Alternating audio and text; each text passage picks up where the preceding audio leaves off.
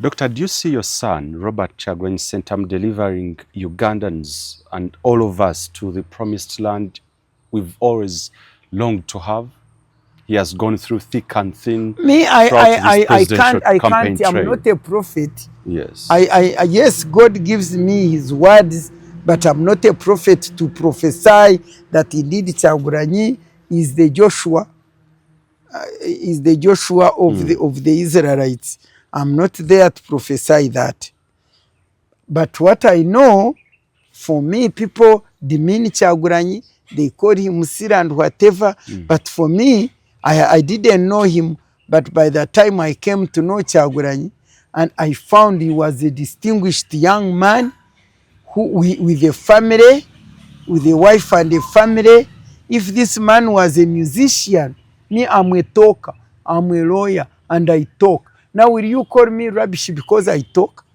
A musician is God gifted us differently. So for me, I have never known why Kyagulanyi is demeaned as useless, as hopeless, as anything, as one who doesn't love Uganda. And I usually compare him with Museveni, who, when he went to the bush, he was a young man. And by the way, when he came here to contest for presidency, he did not have even a single house. I don't think he even had anything of his as a house.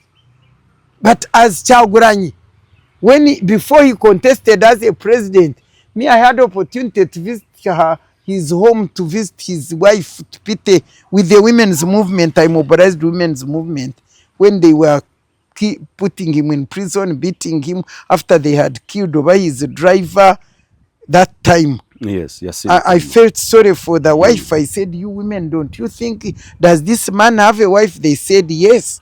So we mobilized resources, we bought food, we went to sympathize with this woman. We found a very young girl there. As soon as I reached there, she fell on me and wept on my shoulder. But you know what I saw? When I reached there and I saw the mansion, this is where I stay. I've been a minister for ethics, a member of parliament, yes, constitutional commissioner, Pan-African parliament. What haven't I been? Do you see me with a mansion here? And I've told you that even this house was given to us because of my husband's integrity and hard work by Uganda breweries. But that man whom they demean, with a very big mountain, mansion on a hill. To reach there, we went through 3 gates. I was amazed. I said, is this the ghetto boy? If ghetto boys are like this, then I think I would love my son to be a ghetto boy.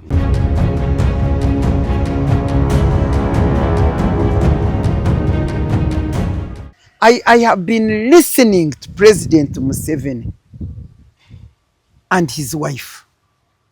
And I have been wondering, listening to the words they are saying, when they are discouraging all Ugandans, telling them, please, don't vote those people in opposition. Yes.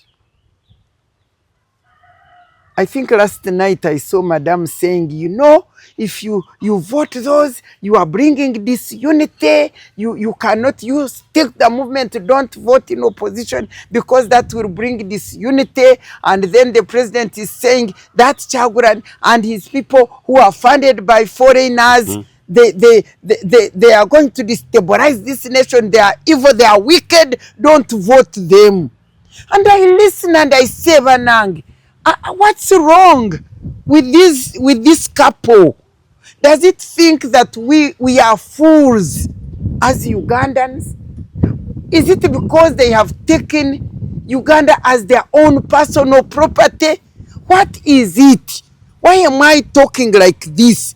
Because I am a woman, a leader in this land, who got the opportunity to make the Constitution of Uganda as one of the 21 members, as one of the CA delegate, as one of the committee, the rules and drafting committee, the final drafting and rules committee. I mean that was the put the final stamp yes. on the constitution of Uganda. Of course, the constitution has been violated, was killed, was murdered, was maimed. Those are the words I use. It was maimed and murdered along the road. But at least in this constitution, in 2006, it was established and put in the amendment that from 2006, Uganda is going into a multi-party political democratic dispensation. Yeah, 2005. Yeah. What that means is that we left the movement where all of us belong together, where we were voting people on individual merit, and transited into a multi-party political dispensation, which is liberal democracy. Yes. The democracy that allows alternative view. The democracy that allows a system that will say, today there is a government. For instance, the NRM party is in the government. But while it is in the government, there is an opposition which is called government in waiting. Yes. When it comes to the liberal democracy, there is a government which is implementing what it put there because it won elections. And on the other hand, there is the opposition official. In the UK, they call it the Queen or King's opposition. Yes. Which is a government in waiting. Because when this one does not perform well, next time this one can come in. Yes. And therefore it is so highly respected. And its role is to oversight. You oversight, you guide, you say, it didn't go well here. And then people see, and eventually they say, let's try this one. Okay? That is liberal democracy. That's what the Constitution of Uganda adopted. That's what President Museveni and his wife should know, and their son. That's what they should know. That in Uganda, we do not have just one view. That official and legally alternative view is allowed.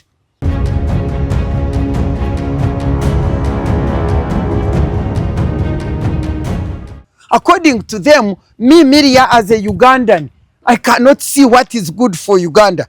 If I see what is good and it doesn't agree with NRM is saying, then it means I'm being funded by foreigners. I want to clearly say, and without offending, Simanya abusing the president, I'm not abusing the president. I'm telling them the truth, and I want you to get them out very clearly. So does it mean that they don't understand what liberal democracy or multi-party democratic system means? Or they think we are the one who are fools who don't understand? Why should they fight other parties? We have seen them. They go everywhere. They are using Uganda money. They are doing what they can do. They think they are the only Ugandans. I want to tell you, President Museveni and your family, Uganda is not yours. Uganda is not your personal property. Uganda belongs to Ugandans. Uganda is ours, and we shall live, and it will stay.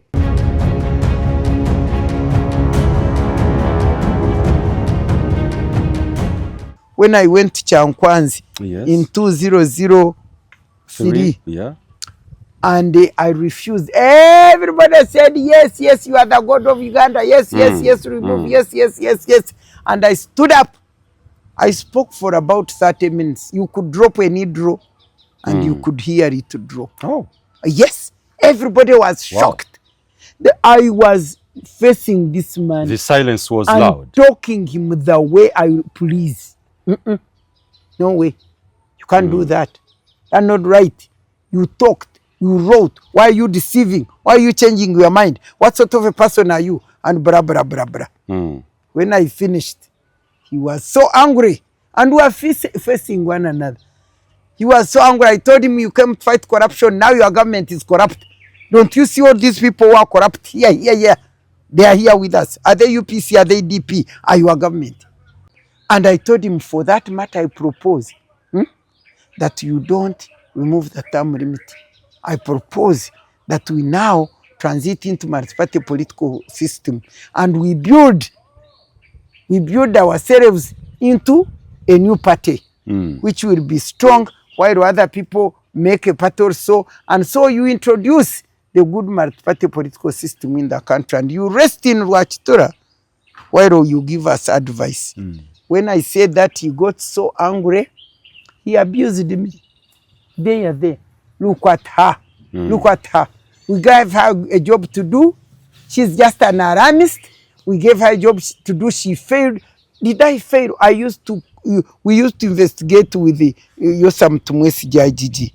And we get these reports and we give him. And you'd say, those are our people. You'd protect the corrupt. Those are our people. Don't touch that one. He's our cadre. He's this. And then when I told him your people are the corrupt, he said, you failed to do the work.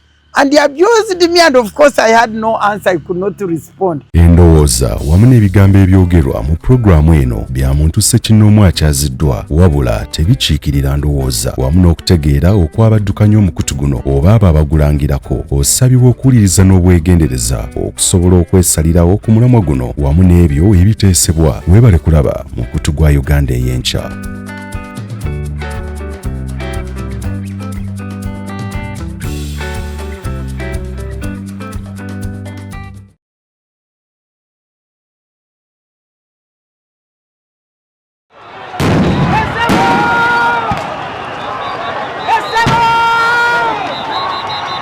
Over the past 90 days, the soil of this nation has once again been soaked in the tears and blood of its citizens. As we stand just 2 weeks away from the January 15th general election, the promise of a transition has been replaced by the grim reality of a military siege. We have not done anything wrong. It's all right.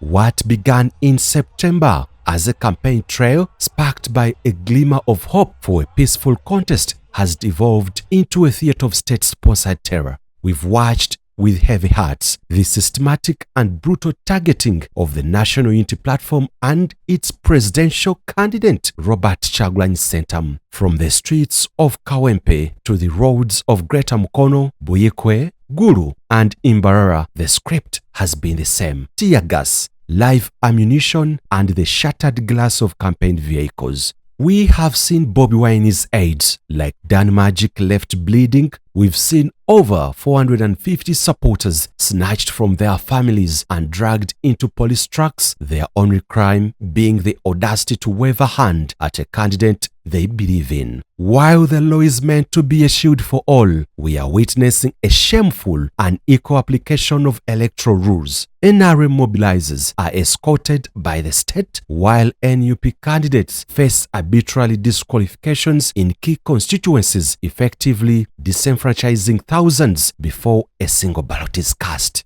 But perhaps most chilling are the words of the Chief of Defense Forces, Muhoozi. In a direct affront to the spirit of the vote, we've had the military leadership dismiss the possibility of a protest vote and issue stern warnings for voters to vacate polling stations immediately after casting their ballots.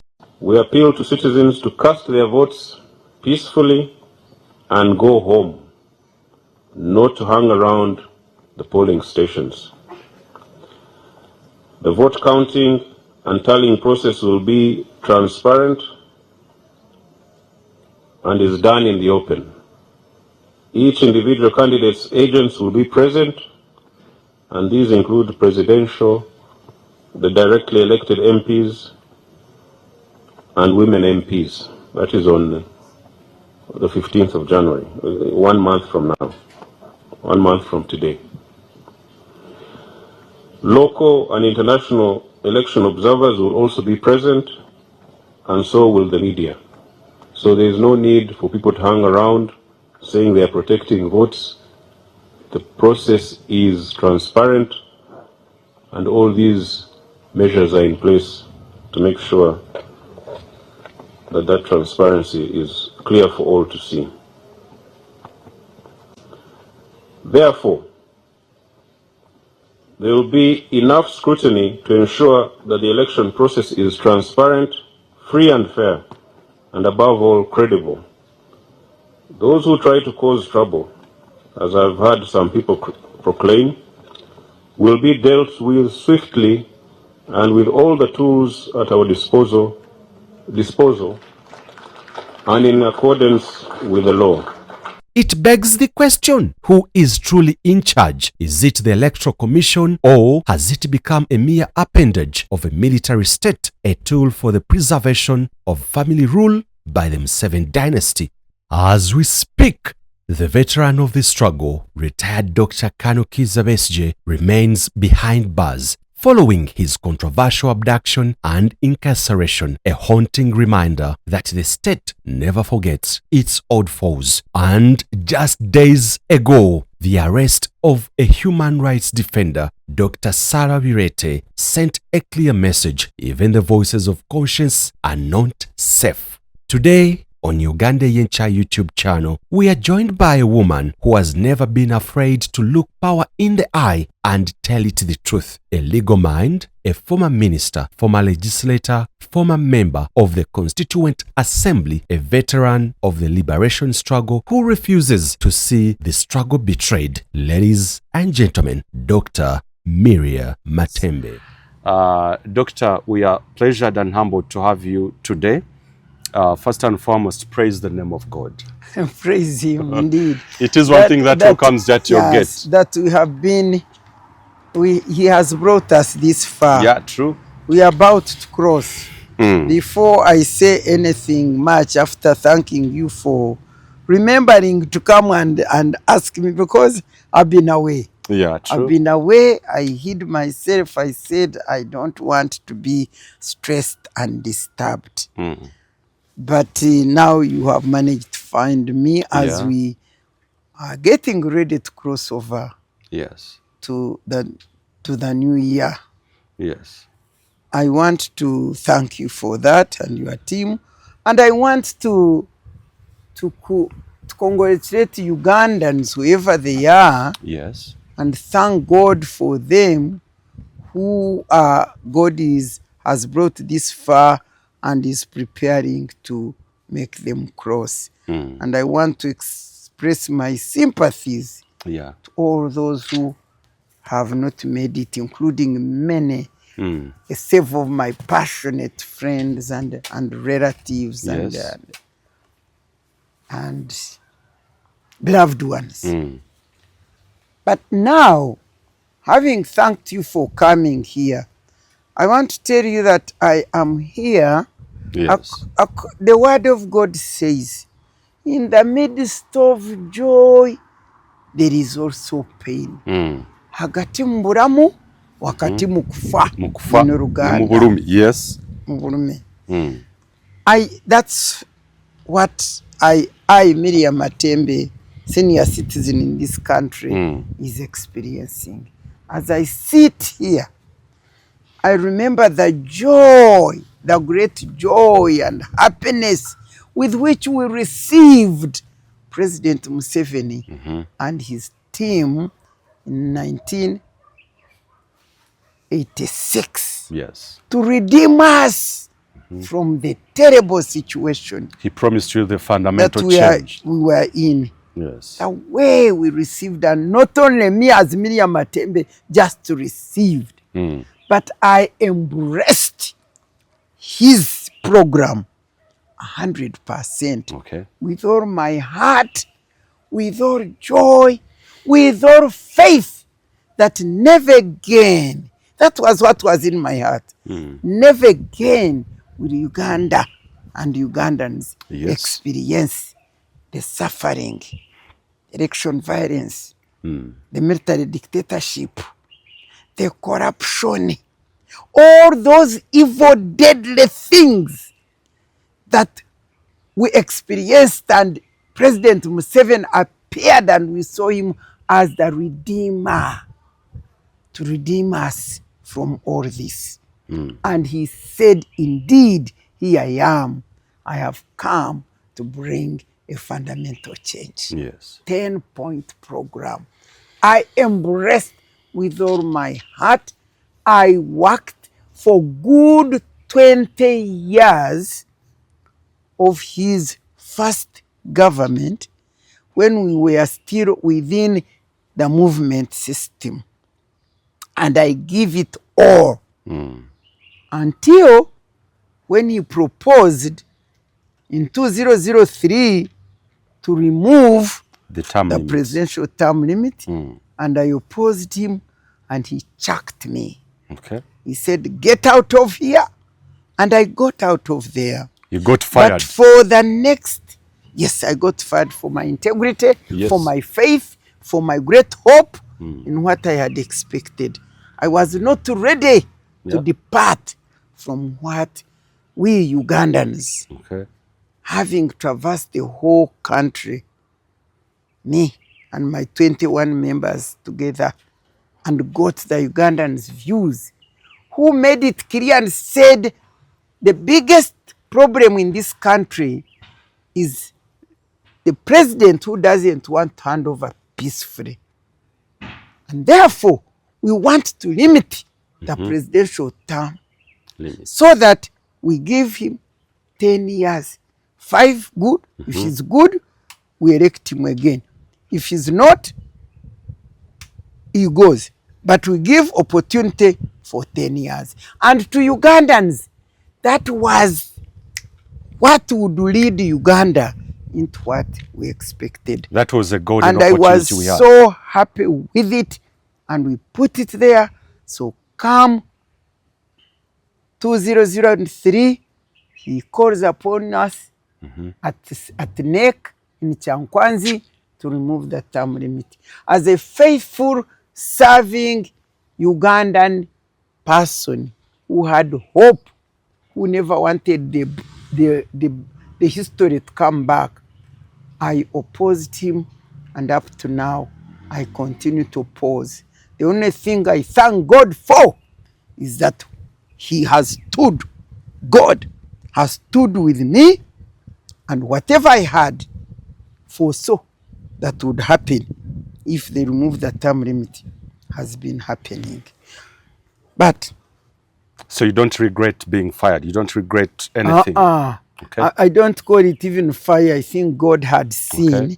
God saw that this daughter of mine, who is so faithful and trustworthy, cannot go beyond Okay. the right thing, because what is coming on board is a bad one. Yes. Now, as you can see the pain with which I'm living in this country. But for me, I never lose hope.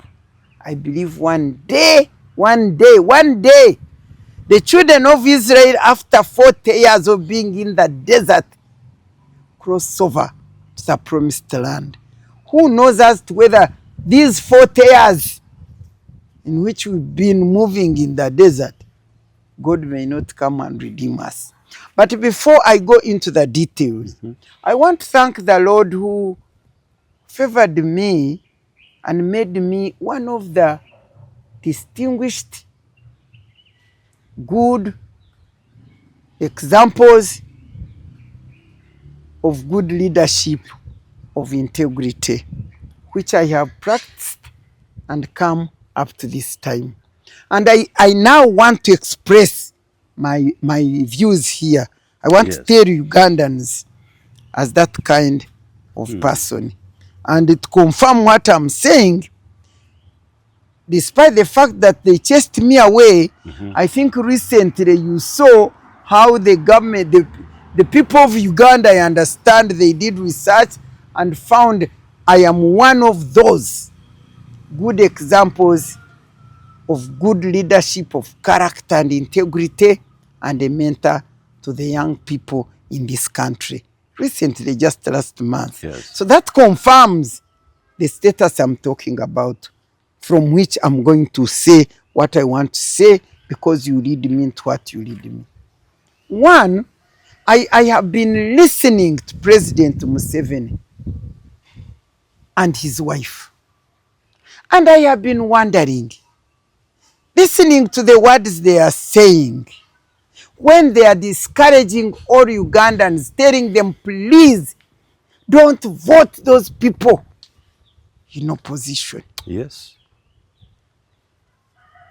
I think last night I saw Madam saying, you know, if you vote those, you are bringing disunity. You cannot take the movement, don't vote in opposition because that will bring disunity. And then the president is saying that Kyagulanyi and his people who are funded by foreigners, they are going to destabilize this nation. They are evil, they are wicked, don't vote them.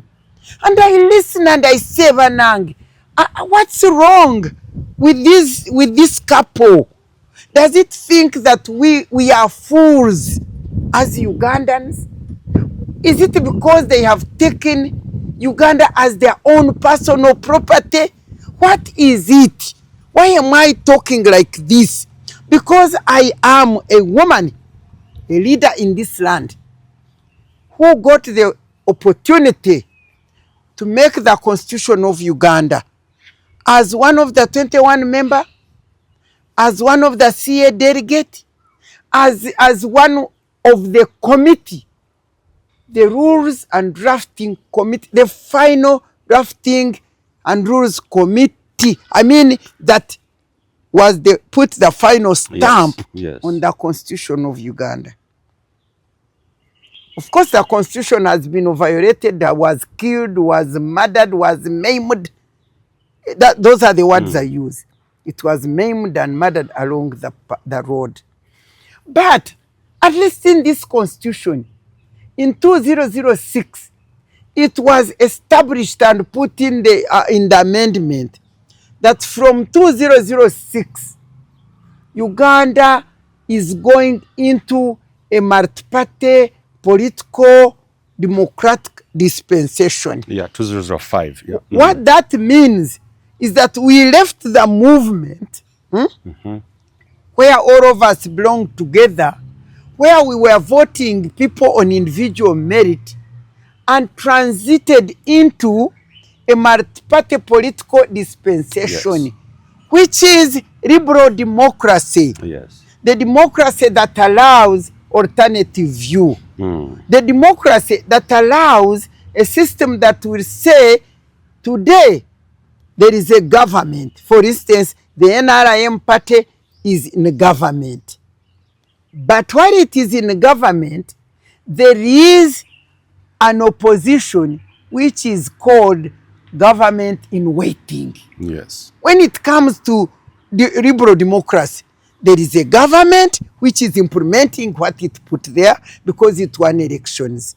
And on the other hand, there is the opposition official. In the UK, they call it the Queen or King's opposition. Yes. Which is a government in waiting. Because when this one does not perform well, next time this one can come in. Yes. And therefore it is so highly respected. And its role is to oversight. You oversight, you guide, you say, it didn't go well here. And then people see and eventually they say, let's try this one. Okay? That is liberal democracy. That's what the Constitution of Uganda adopted. That's what President Museveni and his wife should know, and their son. That's what they should know. That in Uganda, we do not have just one view. That official and legally alternative view is allowed.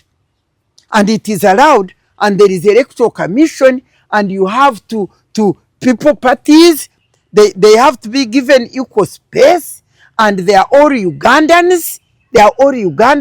And they go and campaign in the free and fair environment, and we get transparent elections, and then you get the party which wins, it becomes a government. And then the other one, it becomes a government in waiting, but it is opposition. And then Uganda as a country would continue to run well. But here, you get this man and his wife, and their son, who think that the NR National Resistance Movement Party is the only thing that is good for Uganda. That anybody who is not in that party is does not love Uganda. Does not deserve to Is be not even, good for to Uganda. take Leave over power. alone even take over. Even we who don't want even to go in the take over, Into power, we are not Ugandans. We don't love Ugandans. It is only somebody called NRM, and within the NRM party, who is a Ugandan, who loves Ugandans, who thinks good for Uganda, but the rest of Ugandans who don't, who have a different alternative view, are the enemies, are the bad people, are causing trouble, are going to kill the nation, when in fact it is known that they should officially be accepted as alternative view. So when I see President Museveni, the other day I listened to him, to this Kyagulanyi and his people who are funded by foreigners, they are evil, they don't know Uganda. I want to ask, who funds Museveni's government? People. I thought I would be very quiet and humble today. But my heart, my passion for this nation and its people, in the midst of being made fools, is what kills my heart. How? And then I saw her. You know, if this opposition, they are disuniting Uganda, I want to ask her, what does multi-party political system mean? It means there is this alternative and there is this alternative. And both people are Ugandans. Yes. And they love their country and they want to lead it. Now, why do they demonize? Why do they dehumanize? Why do they think that other Ugandans outside that NRM party are not Ugandans? Who funds? The foreigners fund. I had always asked President Museveni, I said, so when you left, when UPC 1980, when it reached the election, yes, and Museveni ran to the bush, it was not him loving Uganda. It was the foreigners who were using him. So was it the foreigners who were using him? According to them, me, Miria, as a Ugandan, I cannot see what is good for Uganda. If I see what is good and it doesn't agree with NRM is saying, then it means I'm being funded by foreigners. I want to clearly say, and without offending, Simanya abusing the president, I'm not abusing the president. I'm telling them the truth, and I want you to get them out very clearly. So does it mean that they don't understand what liberal democracy or multi-party democratic system means, or they think we are the one who are fools who don't understand? Why should they fight other parties? We have seen them. They go everywhere. They are using Uganda money. They are doing what they can do. They think they are the only Ugandans. I want to tell you, President Museveni and your family, Uganda is not yours. Uganda is not your personal property. Uganda belongs to Ugandans. Uganda is ours, and we shall live, and it will stay. We come and go, but taking Uganda as your own personal property and taking everybody who believes in NRM as the only Ugandan, that is utter and total nonsense. And I will use that word.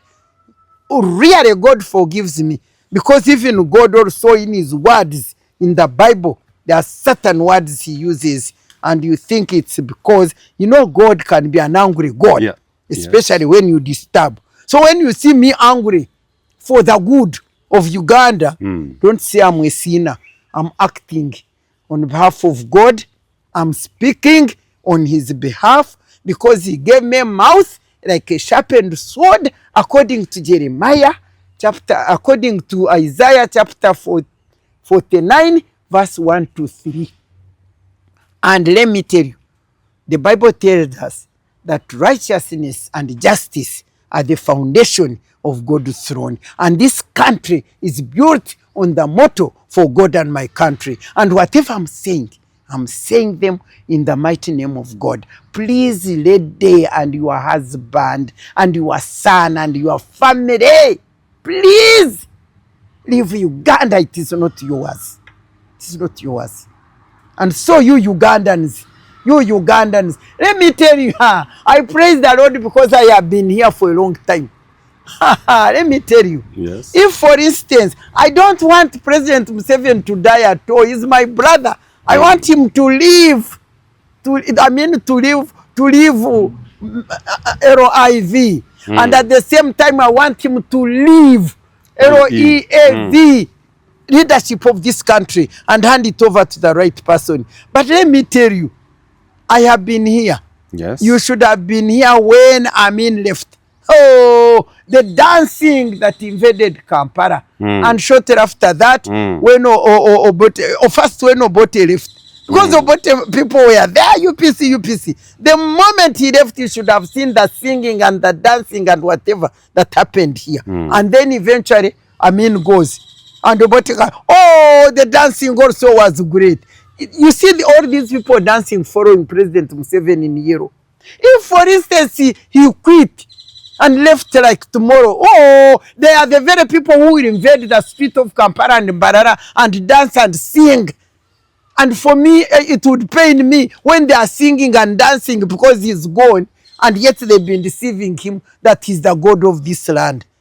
Please, Museveni, President, and your wife, and your family, me as a person, I'm so angry with what you are doing, and I'm angry on behalf of God, and I'm telling you, God is watching. And I want to pray to him that he may thwart God. If only you could thwart the strategy, the wicked strategy of the NRM leadership, if you could thwart it, and if you could make sure, you God, that the plans, the wicked, evil plans they are having in their heads could stop, Uganda would be happy. Doctor, what do you make of General Muhoozi's claims that people should not loiter or even stay around the polling stations? They should go back home immediately after voting, that the UPDF, the military, shall actually do the vote counting. The process is going to be free and fair, which we know. Now, I want to ask before you even go further.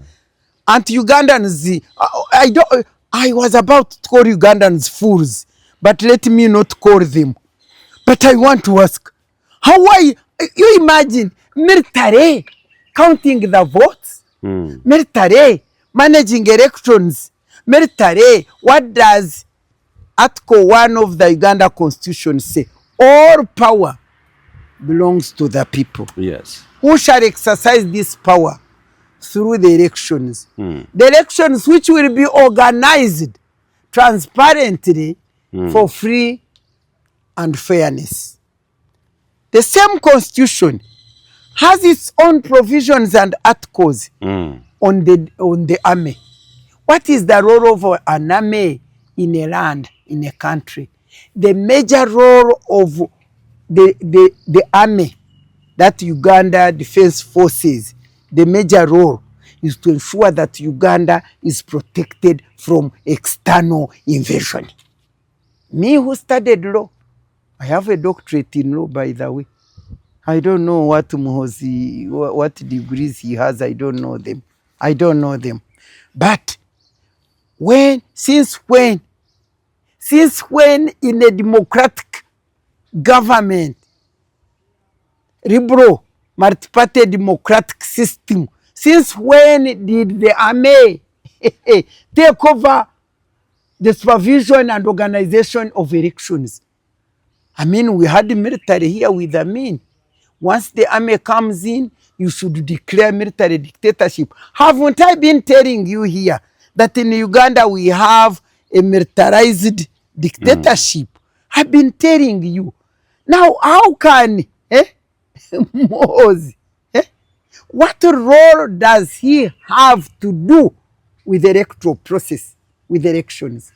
Can you imagine the chief CDA is what?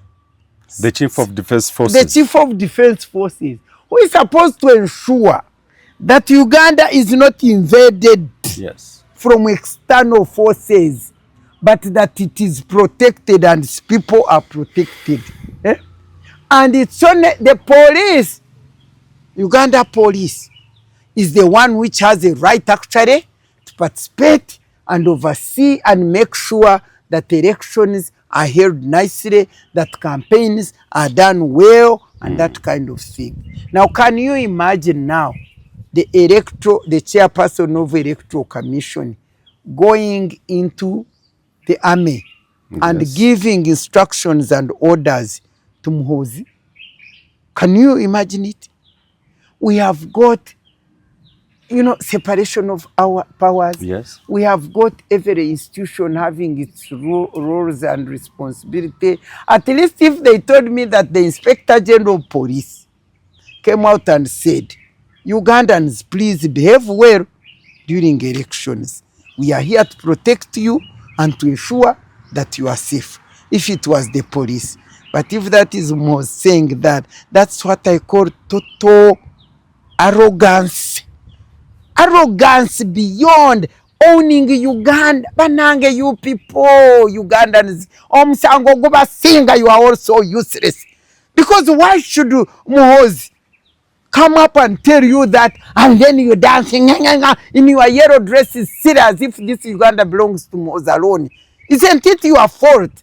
Whose fault is it? You people, you came to disturb me, and today was so peaceful, ignoring all these things. But the moment you crack my mind, you just send me like crazy. This Muhoozi, who does he think he is? You remember, and they are destabilizing this nation for you, you may not know. Do you remember when Muhoozi was fighting with the German ambassador? Yes.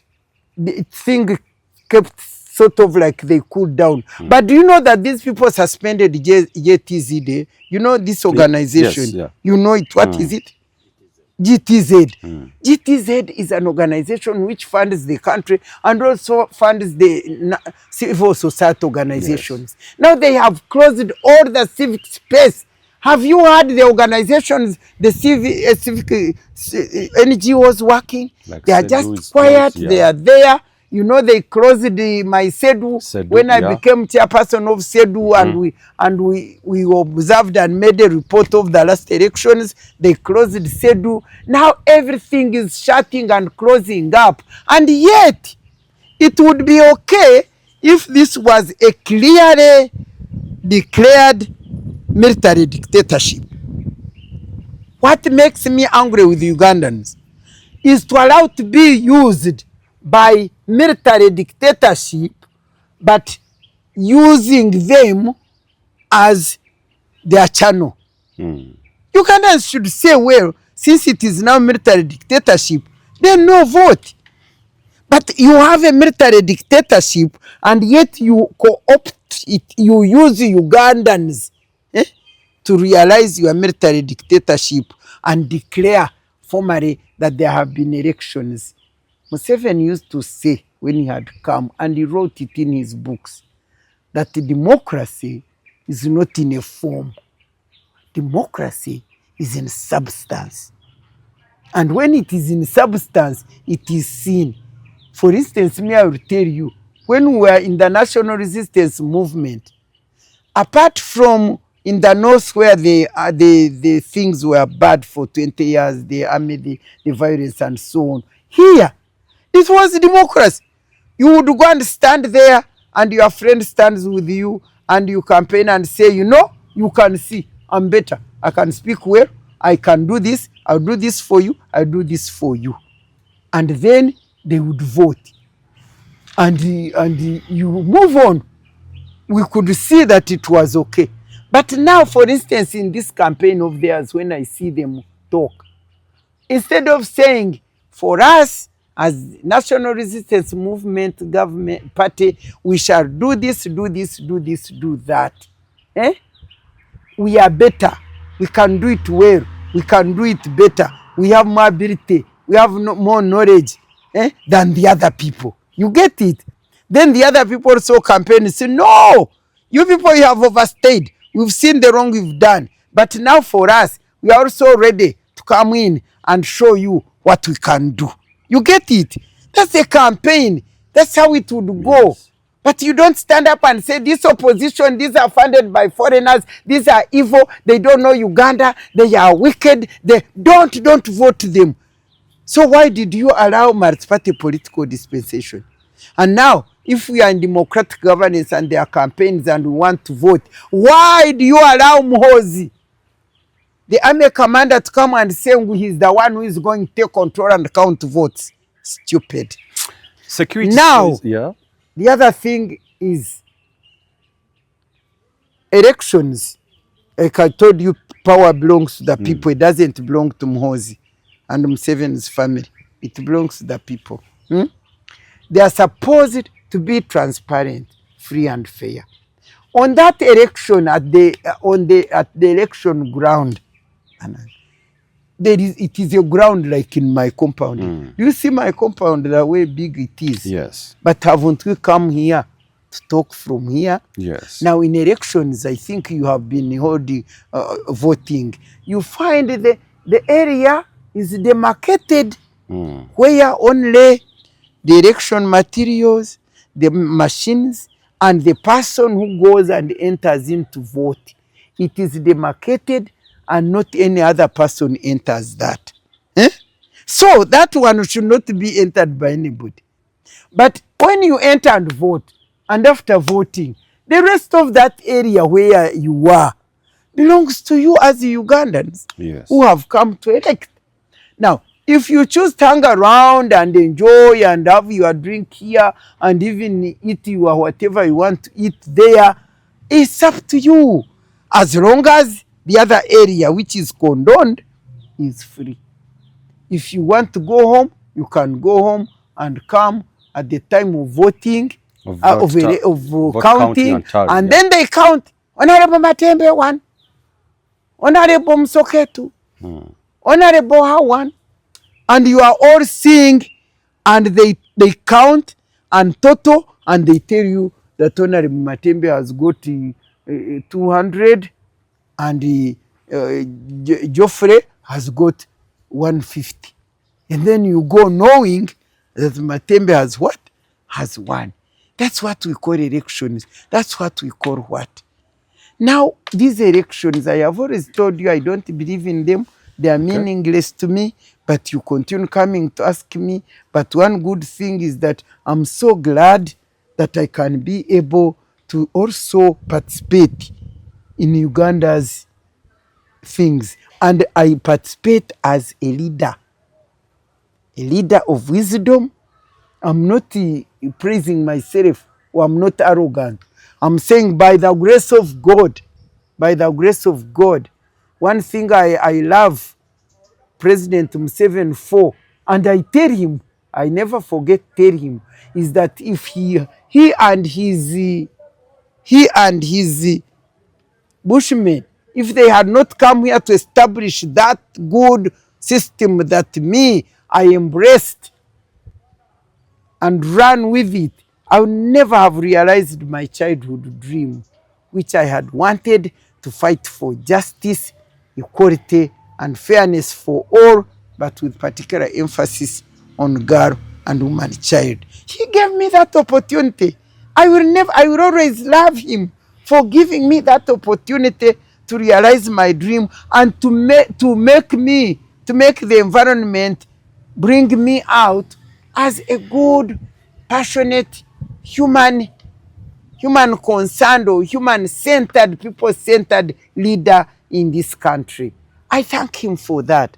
But do you know how many of such leaders we are missing in this country?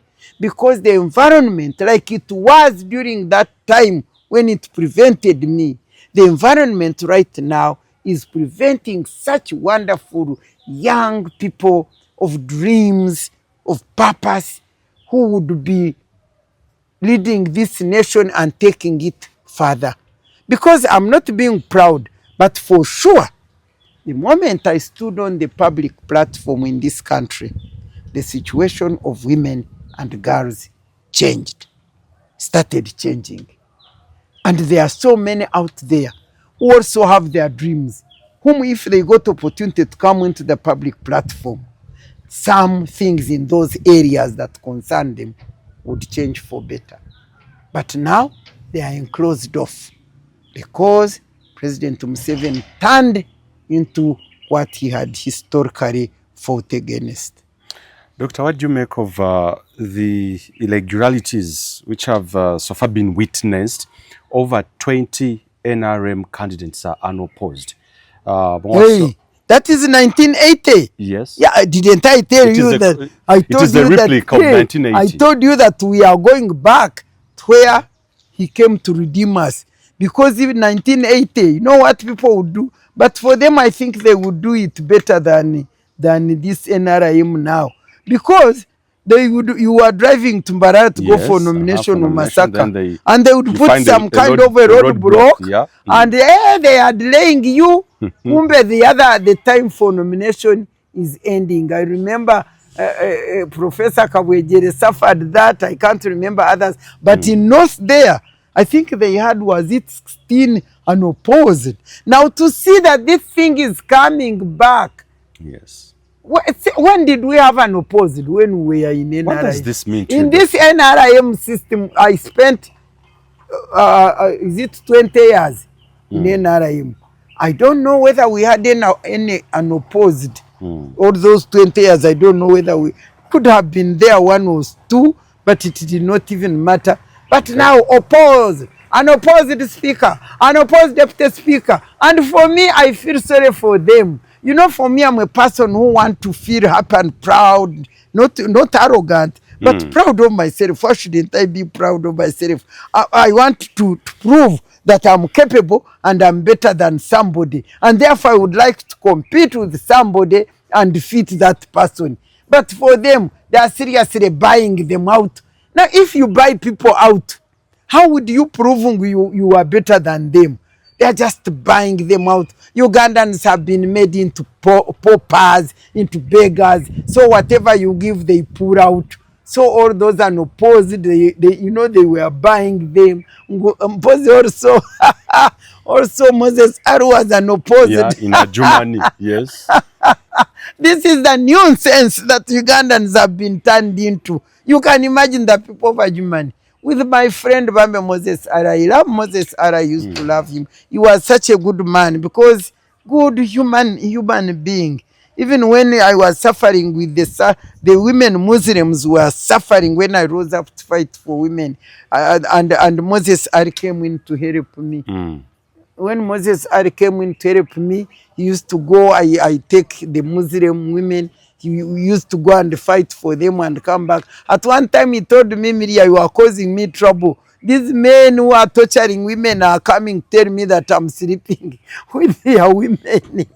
I said, don't worry, let's fight together, God knows. But now, Bambe, poor man, he fell sick. He fell sick. Sickness is not anybody's fault. He has served to the maximum. Now, why do they tease him? Why do they tease him to bring him? And all those Adjumani people, Katonda Wang, you Adjumani people, I'm here abusing you because you seem to be useless and hopeless. How can't you have a leader? How can't you have a leader, poor old man, torturing him like that? Unopposed. Silly nonsense. Doctor, do you think we still stand any chance for a peaceful transfer of power, bearing in mind what we've gone through as a country? We've had so many opportunities. Do you see us having any other chance? For me, what I know, we lost the opportunity. We lost the opportunity. And I can compare it. Again, you know, I base my statements on the word of God. Yeah. You know, in that Bible, in Genesis, is it Genesis or Exodus? Where is it? I've forgotten. But it must be down Exodus. But when the children of Israel were traveling to go to the promised land, they reached a stage where, was it Joshua? Moses. Yes. Where they were about to cross the promised land. It was Moses. They were about to cross the promised land. They were seeing it there. You know? They were seeing it there. Like in 2006, we were seeing the peaceful transfer of power. We were so in close. 2003, we are seeing a physical, a peaceful transfer of power. We were seeing it like the children of Israel were seeing the promised land. And you know what happened? Moses sent 12. Every tribe had a representative. He sent them, go and confirm that the promised land God gave us is indeed there. They went there. Yes. They traversed the whole land. They saw that the land was there and it was good. They even brought the evidence of fruits, huge fruits there to Moses. And then they said, yes, we saw. Then the 10 people among the 12 said, but that land we cannot cross because those people there are giants. They are too huge. We can't manage. And the word of God tells us that they saw themselves, the Israelites saw themselves as grasshoppers. Yes. In the eyes of the other people. It is not the other people who saw Israelites as grasshoppers. As grasshoppers. It is the Israelites themselves, yes, who had their God, who had promised that they will cross, who was with them to cross. They are the ones who saw them as grasshoppers, just as Ugandans see themselves as useless and hopeless and at the mercy of Museveni and his family. Now, when they gave a bad report, there was only 2 people who gave a good report. By the way, when you compare it with Uganda, I'm one of those people here in this country. And since I'm one of those people who gave the good report, who said, please don't remove the term limit. Yes. Yes. I gave that good report. I'm one of them. I believe one day God will keep me to see a peaceful handover of power from one government to another. Because Joshua and Caleb, who came and gave a good report, they said it is okay, we've seen the land, we can cross. Those people, God is with us. God has deserted those people. He's now with us. We can cross. You know, the majority wanted to stone Caleb and Joshua like they want to stone us when we speak the truth. Like they chased me. And they chased me with my colleagues, Kategaya and whoever, when we said no. I remember I was with Sarachi in cabinet. We said no. They chased us away. And of course, we missed the opportunity to cross because the term limit was removed. But that doesn't mean that after 40 years, which I'm declaring that now 40 years, the children of Israel were able to cross to the promised land. Therefore, I believe one day, this God who has brought us this far, from pre-colonialists up to now, one day we shall cross. Is when it we 2026? believe and trust in Him. Could it be 2026? Shall we cross come 2026? That one, it would be a miracle. Like I have been telling you, that I cannot deny God. God is in control of every situation. Yes. God can shock you. By come 20, I mean, I don't know what we could do to God. Some of us who would jump and find Him where and dance with Him. But He is such a miraculous God. Yes. He is a destiny changer. You can't believe it. These people can talk and come the next, is it 20, is it like 17th or 18th or 19th? You see, that there is change. But that takes a miraculous God who is a destiny changer and whom I don't doubt. He can amaze you.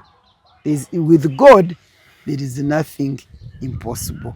I think that's how I would see it. With God, there is nothing impossible. And for us who trust in Him and hold on to Him, He will never leave us alone nor forsake us. Doctor, I don't know what happens behind doors when you actually, I don't know what headlines your daily prayer nowadays, because you are part of the constitution making process.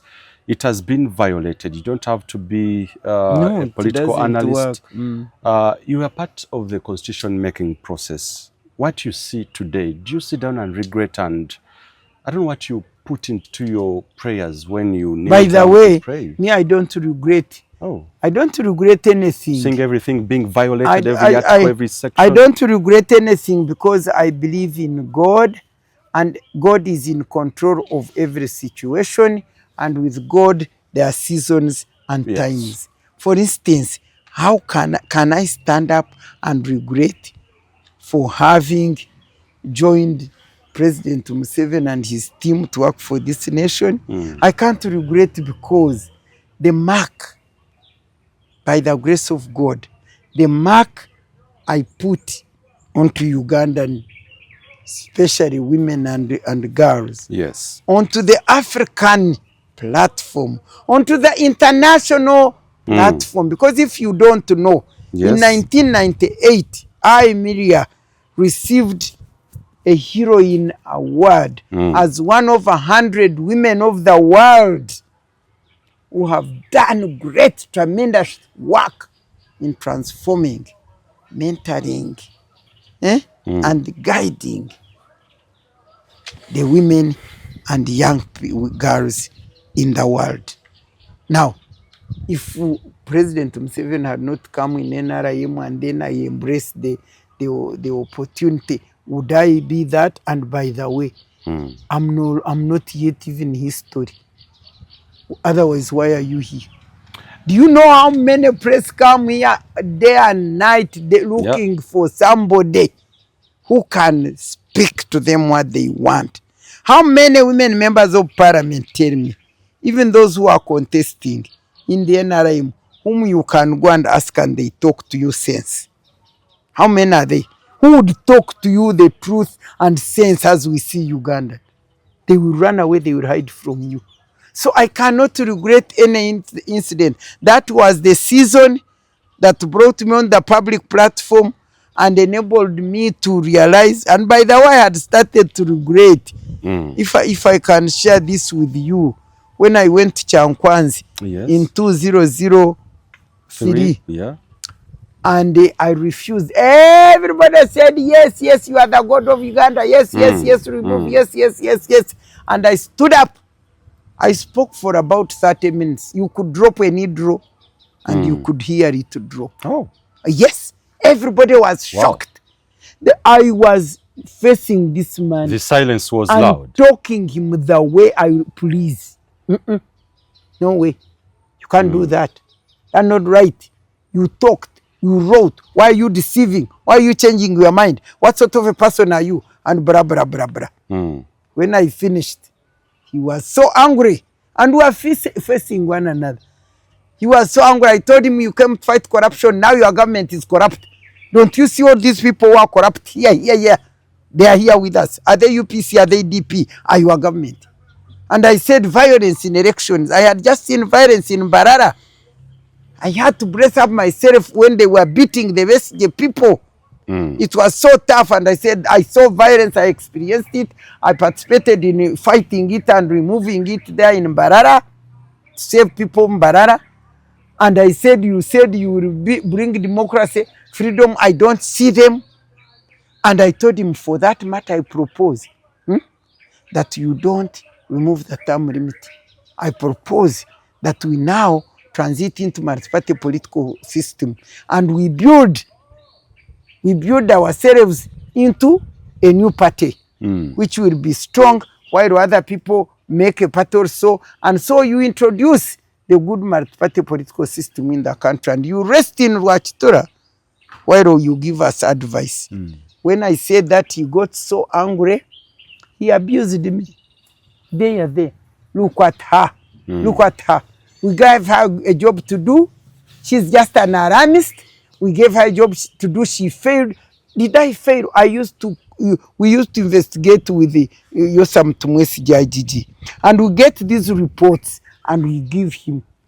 And he'd say, those are our people. He would protect the corrupt.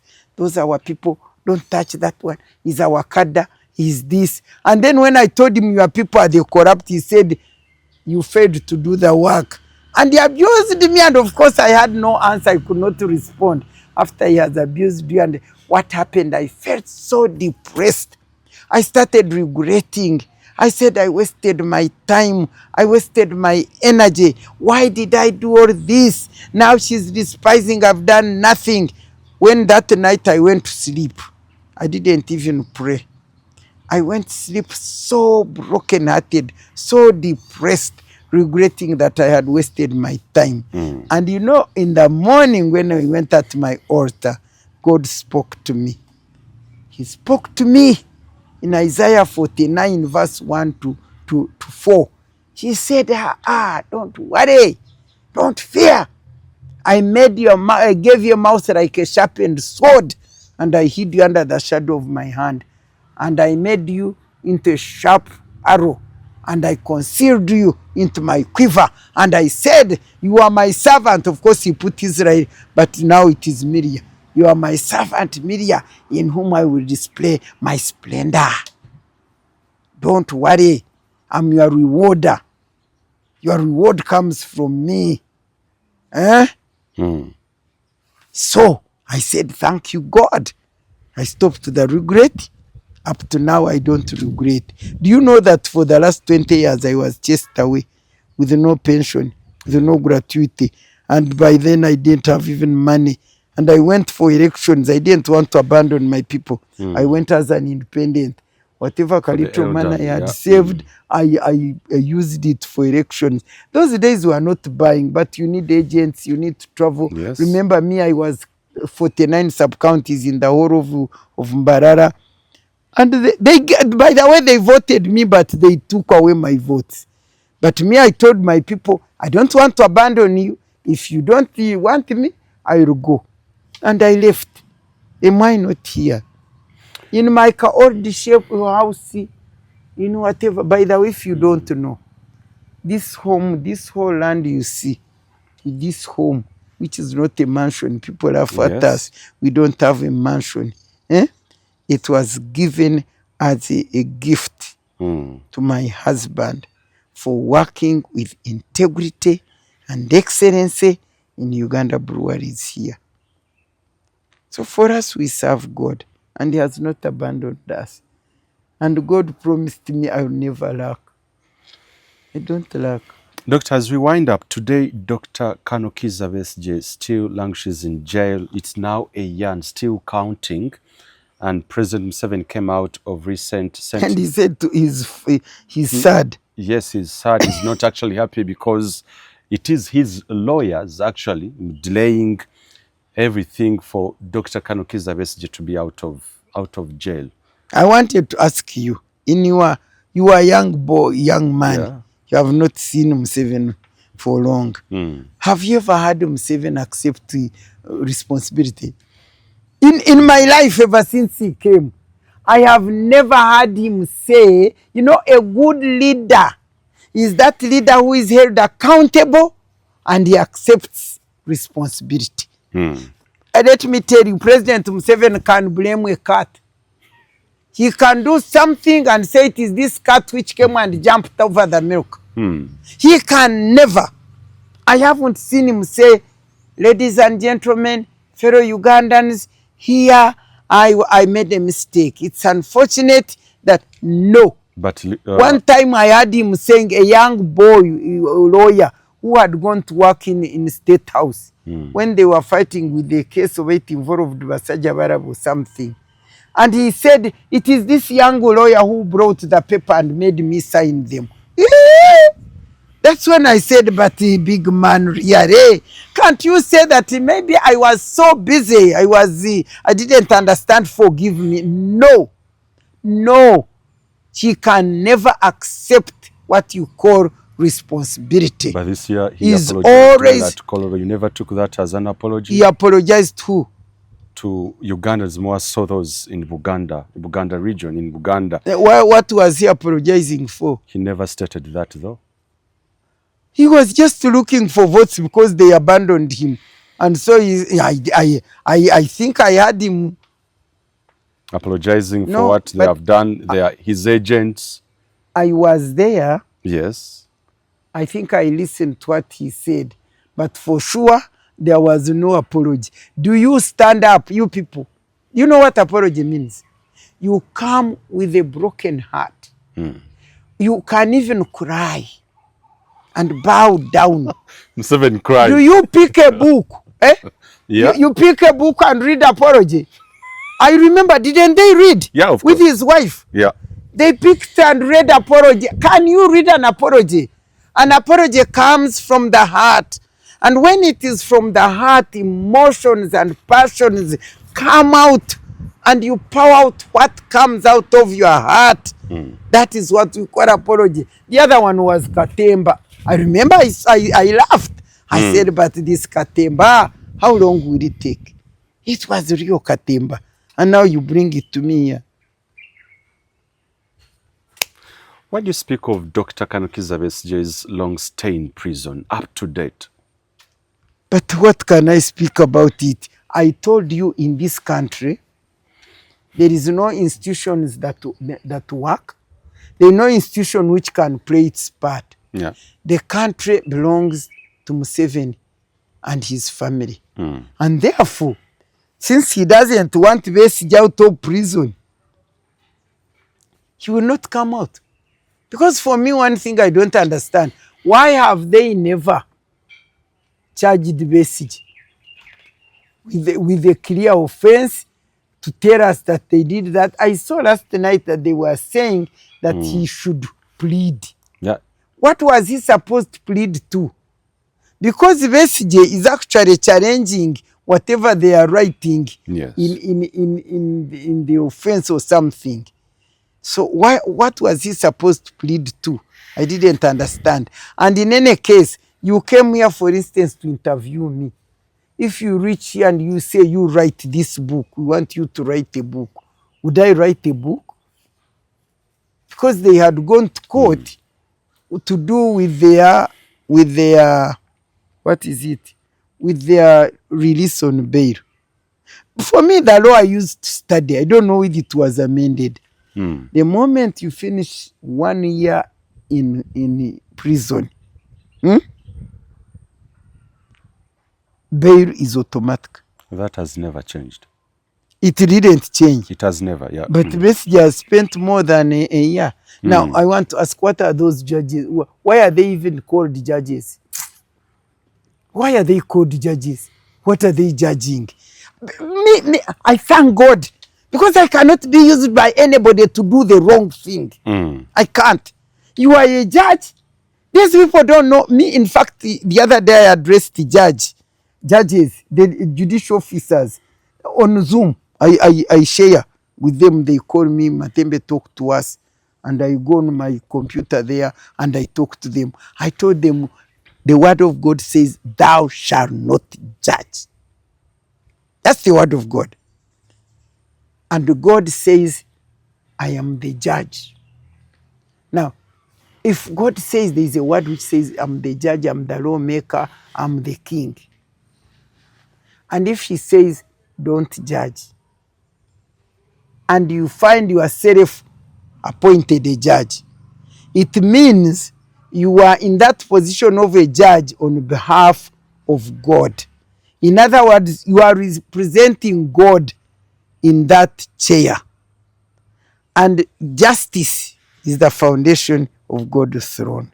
Now, when you find yourself in that chair, where God says, thou shalt not judge, and he's telling you, now I have given you the responsibility to judge. How are you supposed to judge?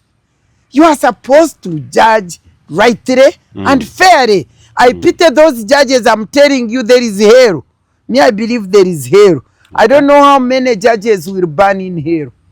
Okay. Many judges in Uganda will burn in hell, because for them they are worse than us who are never judges. Because God, thou shalt not judge. As you judge, so shall you be judged. Now you find yourself in a position as a judge.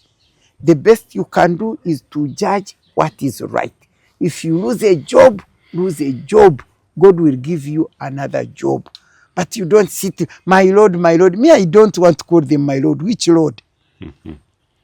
Which Lord? Doctor, do you see your son, Robert Kyagulanyi Ssentamu, delivering Ugandans and all of us to the promised land we've always longed to have. He has gone through thick and thin. Me, I can't, campaign I'm trail. not a prophet. Yes. Yes, God gives me his words, but I'm not a prophet to prophesy that indeed Kyagulanyi is the Joshua, of the Israelites. I'm not there to prophesy that. But what I know, for me, people demean Kyagulanyi, they call him Sira and whatever. But for me, I didn't know him. But by the time I came to know Kyagulanyi, and I found he was a distinguished young man with a family, with a wife and a family. If this man was a musician, me, I'm a talker, I'm a lawyer, and I talk. Now, will you call me rubbish because I talk? A musician is God gifted us differently. Don't you know King David, who used to sing, who used to dance? He's the biggest, the most loved by God, to the extent that even Jesus Christ came from that line. So for me, I have never known why Kyagulanyi is demeaned as useless, as hopeless, as anything, as one who doesn't love Uganda. And I usually compare him with Museveni, who, when he went to the bush, he was a young man. And by the way, when he came here to contest for presidency, he did not have even a single house. I don't think he even had anything of his as a house. But as Kyagulanyi, before he contested as a president, me, I had opportunity to visit his home, to visit his wife, to pity with the women's movement. I mobilized women's movement when they were putting him in prison, beating him after they had killed over his driver that time. Yes, yes. I felt sorry for the wife. I said, you women, don't you think, does this man have a wife? They said yes. So we mobilized resources, we bought food, we went to sympathize with this woman. We found a very young girl there. As soon as I reached there, she fell on me and wept on my shoulder. But you know what I saw? When I reached there and I saw the mansion, this is where I stay. I've been a minister for ethics, a member of parliament, Yes. constitutional commissioner, Pan-African parliament. What haven't I been? Do you see me with a mansion here? And I've told you that even this house was given to us because of my husband's integrity and hard work by Uganda breweries. But that man whom they demean, with a very big mountain, Mansion. on a hill. To reach there, we went through 3 gates. I was amazed.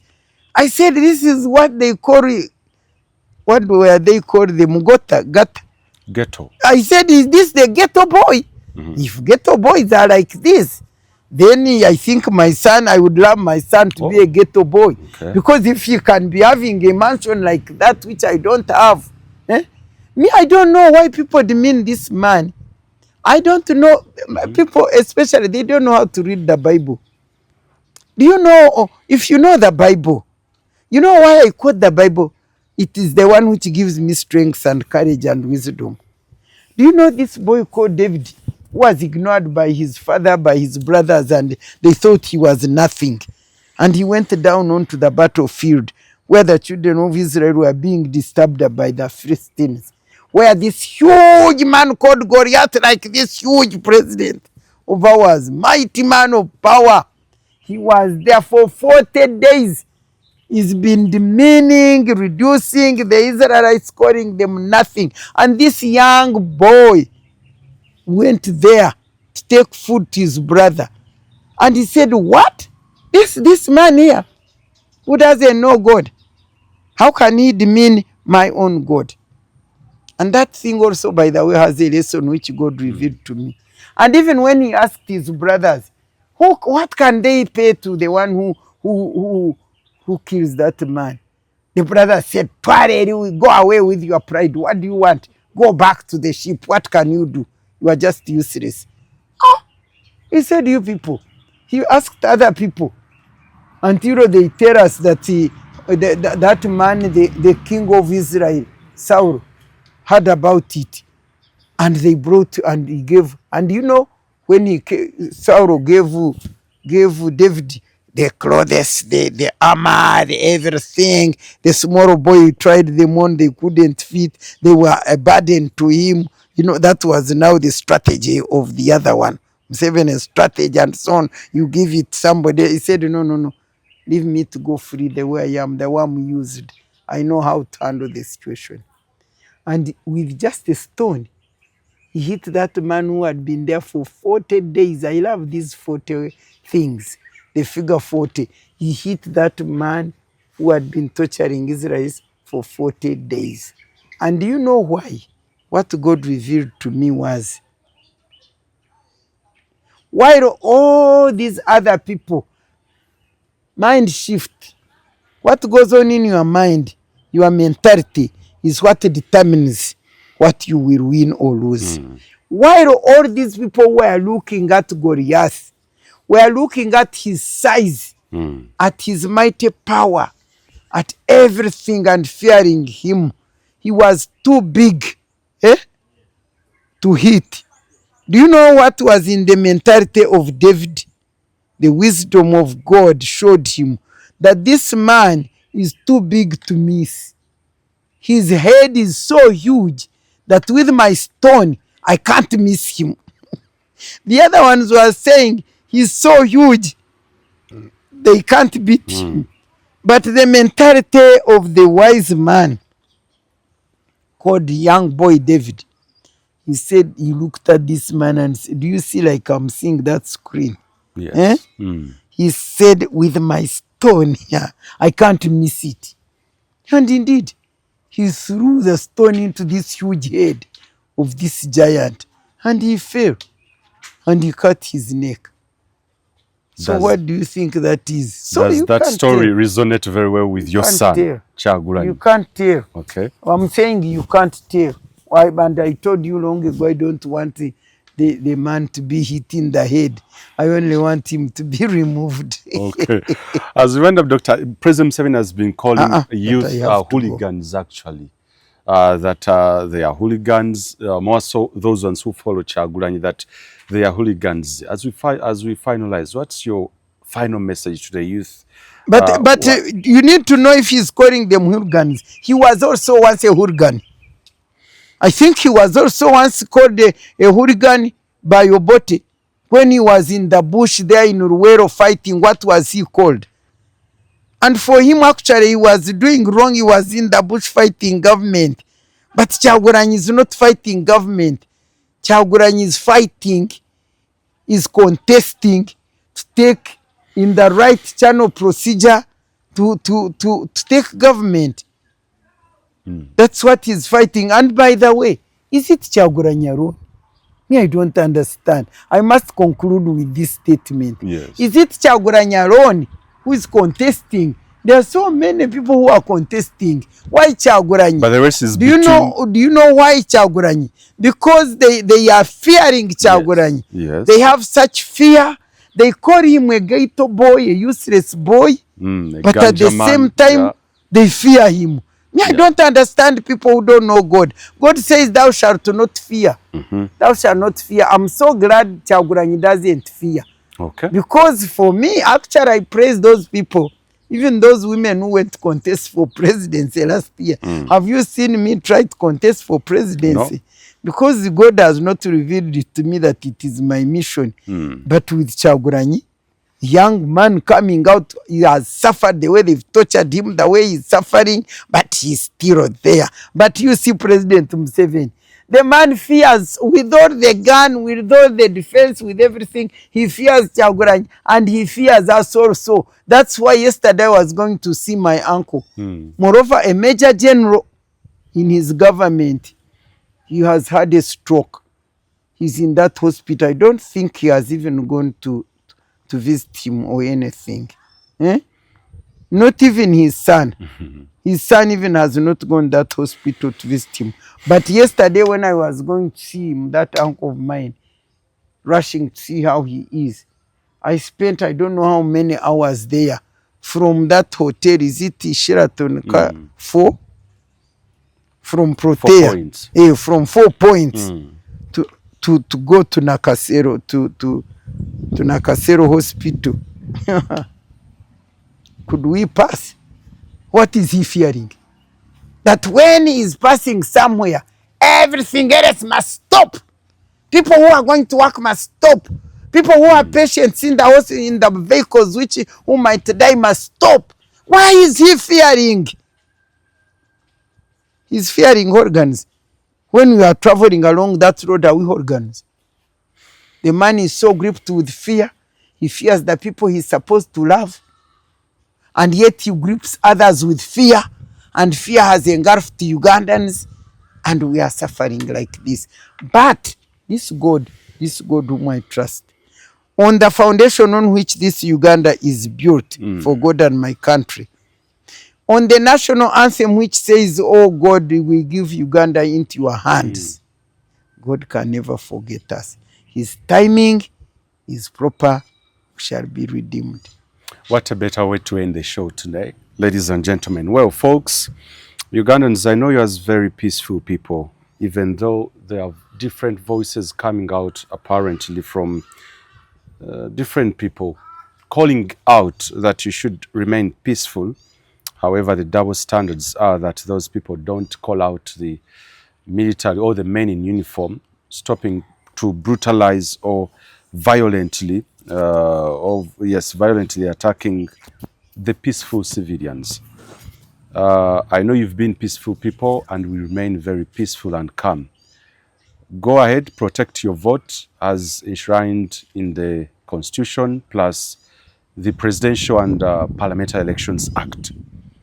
I have no better words for those who, of course, go ahead and violate the rights of so many Ugandans. Let's maintain the peace we've always had as Ugandans. Let's go vote in large numbers. Let's exercise our rights and let's protect our country. For God and my country. Good. Uganda Eyenkya.